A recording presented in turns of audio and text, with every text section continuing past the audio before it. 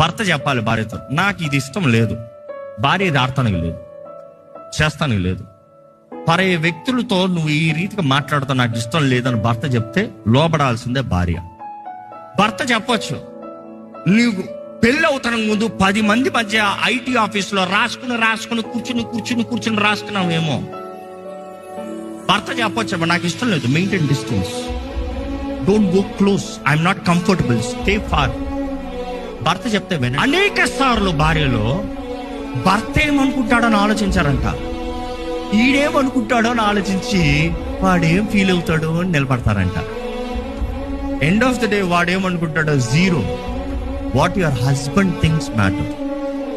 That is why advise women, నీకు పెళ్ళి అవుతే నీ భర్త ఏం కోరతాడో, ఎలాంటి భర్తను కోరుతున్నావో చూసుకో.